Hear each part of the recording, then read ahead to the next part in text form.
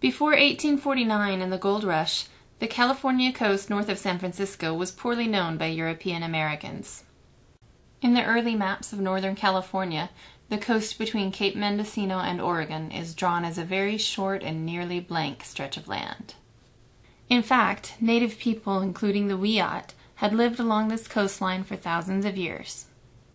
By 1851, mapmakers included Humboldt Bay, which lies at the heart of traditional wiyot territory, in their maps of the north coast, along with a handful of other newly created English place names, such as the bayside towns of Eureka and Union, later Arcata, Trinidad Bay and the Mad River to the north, and the Eel River to the south.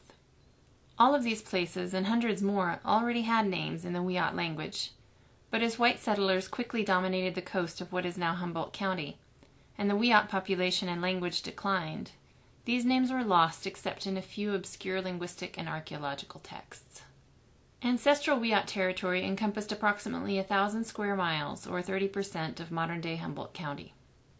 Wiyot lands extended along the Pacific coast from Little River in the north to the Bear River Ridge in the south, and inland as far as Berry Summit and Chalk Mountain.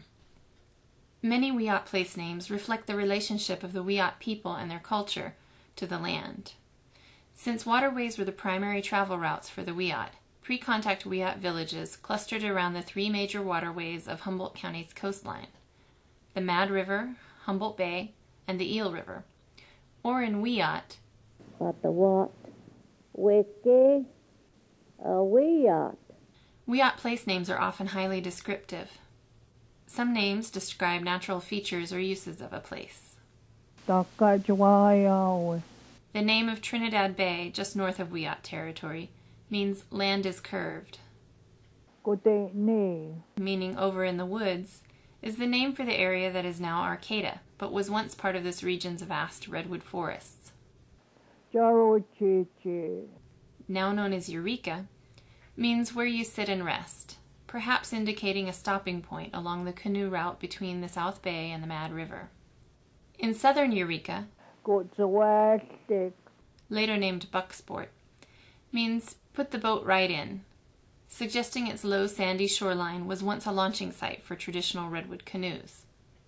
The wiyot name of Indian Island means wetland or floating land. The name Batwat, now called the Mad River, is derived from the wiyot word batao, meaning spring or stream. Some place names are tied to traditional wiyot stories. The story of Abalone, a young woman in love with the young man Dentalium, tells how Dentalium attacked Abalone with a knife at Takachwayawik, Trinidad, and thus why abalone are plentiful in the bay there. The red coloring on the outside of the abalone shell is the young woman's blood. In another story, Wiki is said to have once been a freshwater bay until Southwest young man urinated in the water to get back at Butterball, a young woman who rowed her boat and drank water from the bay, and who did not reciprocate Southwest young man's love for her. Wiki has been salty ever since. The hill now called Humboldt Hill was the home of Wolf in wiyot tradition, and so was called Wolf's Home, or Rockshirich Halamutlich, meaning where the ashes stay, is the name of Fortuna, now a town on the Eel River. It refers to a story in which a young woman cooked eels for the young man she loved, throwing the ashes out on the riverbank. The native name for Lolita is mentioned in the story of Lolita Pond. After a great flood, the receding waters left a deep pond there in which whales were said to swim. A few place names reflect aspects of the area's history since the arrival of white settlers. Juwachguri, the name for the site of the old Fort Humboldt, translates as lying down with one's knees drawn up, and likely refers to the suffering of hundreds of wiyot people who were kept for months by the U.S. Army in a crowded mud pit near the fort, where many died of exposure and disease.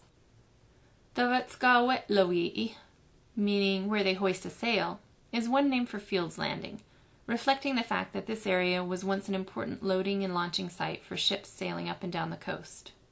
Also dating from the era of heavy ship traffic, Llgok is the name given by wiyot to Arcata Wharf, and is said to mean trestle work. Today, most wiyot ancestral lands are owned by government or private entities, but many wiyot people still live here and feel a deep bond with the landscape that has been their home for millennia. In 2004, a 67-acre portion of Duluwat was repatriated to the wiyot tribe by the city of Eureka. To the south, Beatmud is a site for cultural events, ceremonies, and fishing and gathering. Gilush is home to the Table Bluff Reservation, the offices of the wiyot tribe, and regular gatherings and events. Here is what one young tribal member wrote about living at Gilush.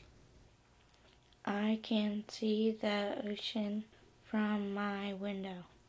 I can see the sunset from almost anywhere on the res. When I am home, I hear birds, the ocean, and the water. As native wiyot place names are recovered from the archives, they are increasingly being sought out for use in the broader community.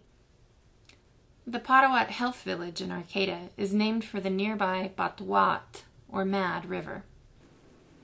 Organizations like the Fort Humboldt State Historic Park and the McKinleyville Land Trust have begun incorporating native wiyot place names in their interpretive signs.